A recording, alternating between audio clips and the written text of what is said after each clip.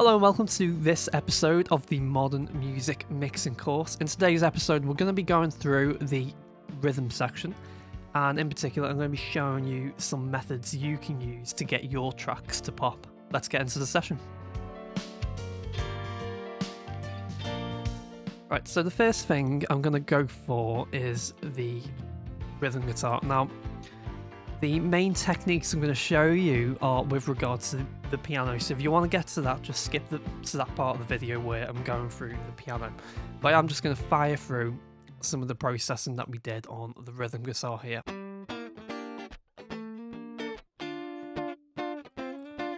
It's got this nice funky track going here.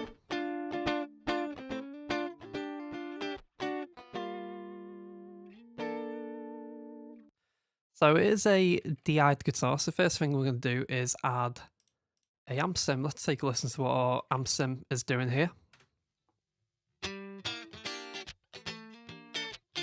That's a really nice amp sound, I think, for this sort of style of guitar.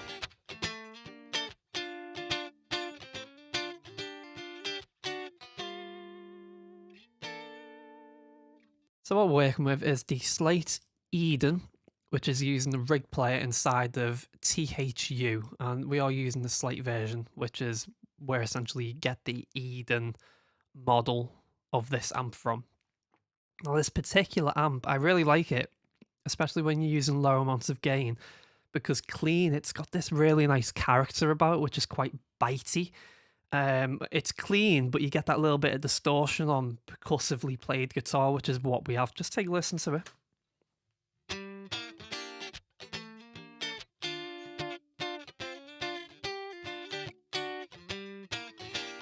Right there, do you hear the ba-dee-dip?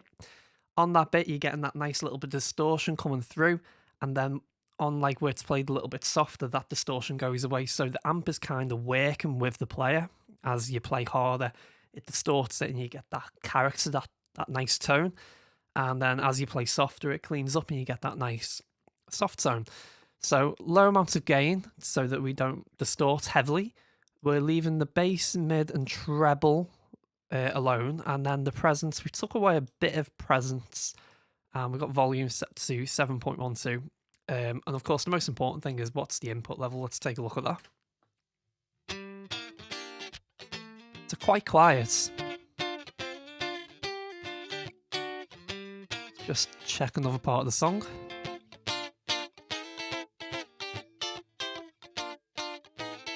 Okay.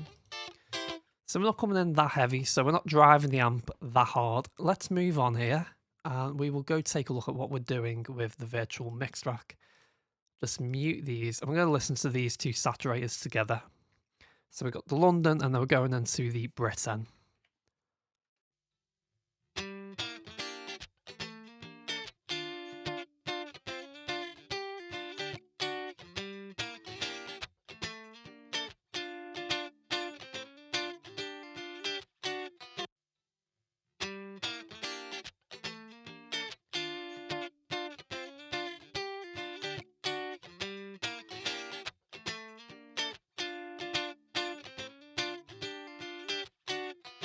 So really, really nice. I think what we're getting from this is a nice fatness. So we're just saturating as the guitar's played harder. Now with the Brit N, what you may have noticed is we are pushing into the red on the harder played parts. If you just watch.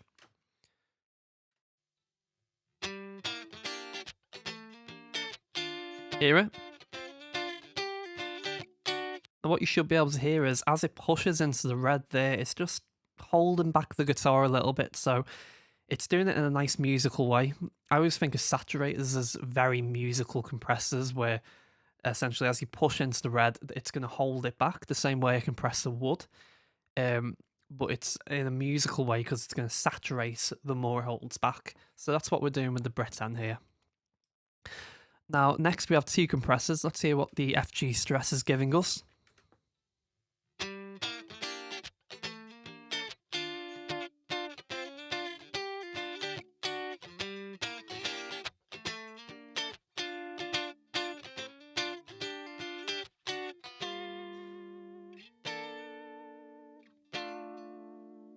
So I think this is about getting more consistency from the guitar. Let's actually listen to that in the context of the entire mix.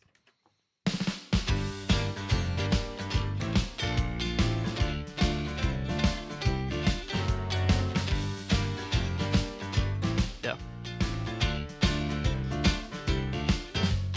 So you can hear there, as soon as we take the compressor away, the guitar is losing some information on the quieter parts, and we're just hearing it kind of blip above the mix on the more harder parts. And obviously, you want to hear the detail of the parts. So the compressor's just giving us a bit more consistency and then allowing it to step in front a little bit, and so that we can hear it in the mix better. And I'll go through the settings on the stress now.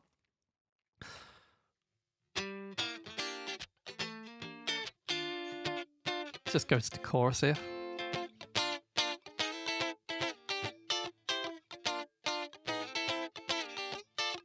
So averaging about 3 to 4 decibels gain reduction, and on particularly hard parts, we're getting about 7 decibels of gain reduction.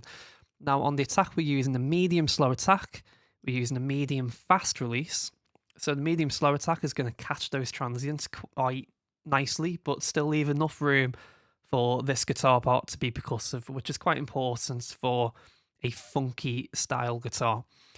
Now, the release on 4, it's going to release quick enough to recover for the quieter parts. That's essentially how we're setting that up. Very typical 4 to 3 ratio here. Did I say 4 to 3? I meant 4 to 1. Very typical 4 to 1 ratio of compression. We are using the high pass detector so that any thumps and bumps aren't triggering the compressor to be overreactive. And we're using distortion free, which is going to give us more odd harmonic frequency generation. Not frequency generation, odd harmonic generation, I should say. Which is quite a aggressive, sort of tubey style of distortion, basically. That's what it's modeling there. Now, what we have on the custom opto is a pop guitar smoothed, and I think I've done a little bit of editing to this, but basically we're using a preset pop guitar smoothed on the custom opto. Let's take a listen to what this has given us.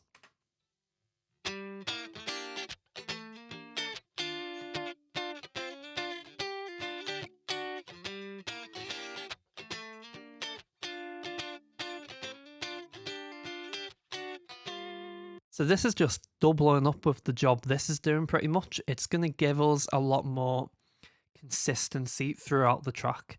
So if I play this in the context of the entire mix again.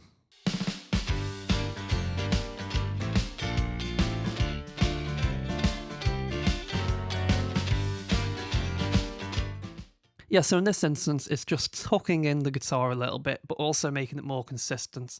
So it's going to be at that nice level. We're getting a peak reduction. What are we getting at here? Sorry, let me just solo the rhythm guitar here.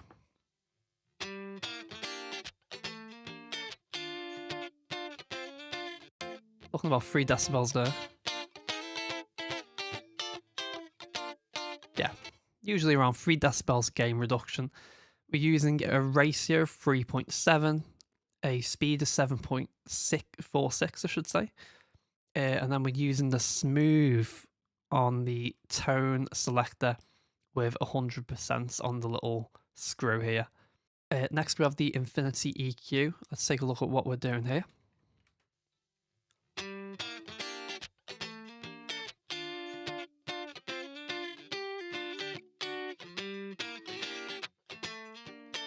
So we're just focusing the sound more. Skip to the chorus.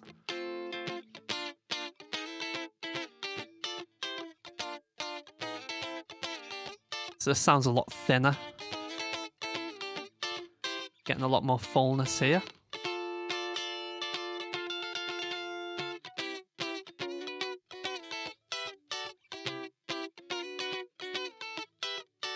Now let's actually go through this EQ and figure out what we've done here. First thing I want to focus on is this bump here.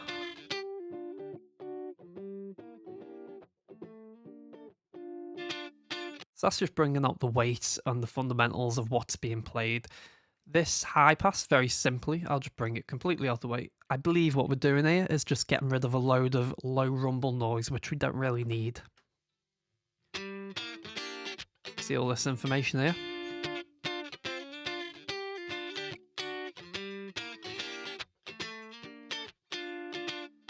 So we're just cleaning out that low rumble. We don't really need it. It's not adding anything to the music, so we get rid of it. Then we have this quite narrow dip here on the EQ. So that's like that honky sort of sound. 700 hertz. Very, very typical when you're using small amps. You'll find you get quite a honky sound. Let me just show you. I believe the Slate Eden, I'm not entirely sure what amp this is modeling, I must be honest.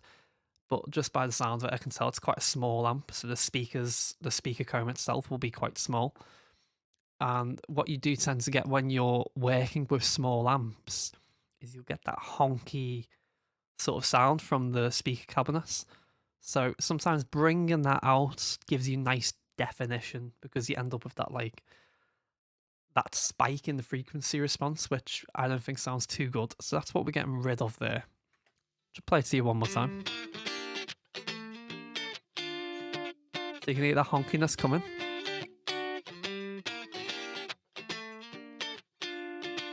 In here now, when we bring that EQ now, then we get a little bit more definition. So that's what's happening there. Then we have this high shelf.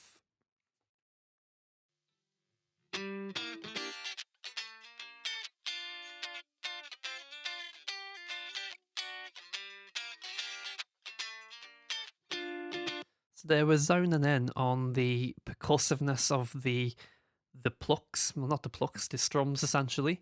So we're just trying to bring that out, and you're balancing that with the rest of the mix and making sure that that's coming through just enough that you've got enough information there on that particular part of the track. And of course, you're always judging this in the context of the mix. I'm just showing this in solo because it allows us to hear it and analyze it better.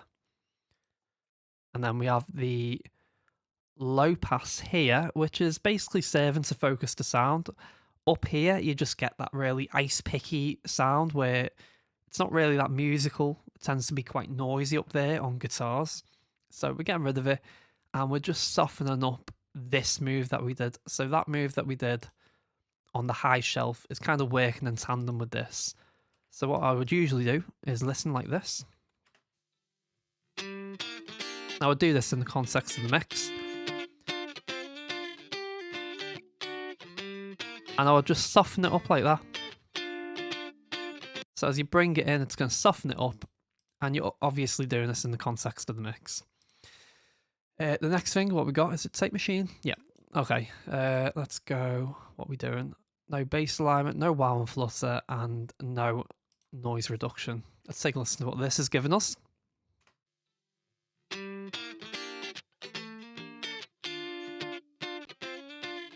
So we're hitting it quite hard.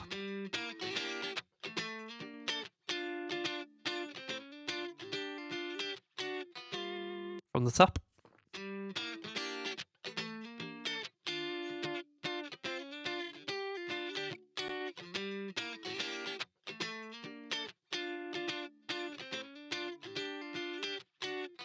So that sounds great. We're basically driving into it quite hard, and you're getting that sort of nice musical relationship with the unlinearities of the tape. So as the guitar gets pushed into it harder, you're getting that distortion from the guitar. And as it comes in softer, it's cleaning up a little bit. Let's just listen to this on the chorus, because it gets played a little bit harder on the chorus.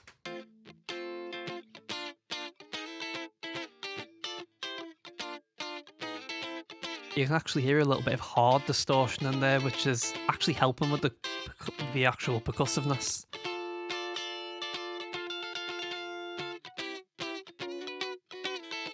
Just how uninteresting does that sound when it's not being pushed hard enough?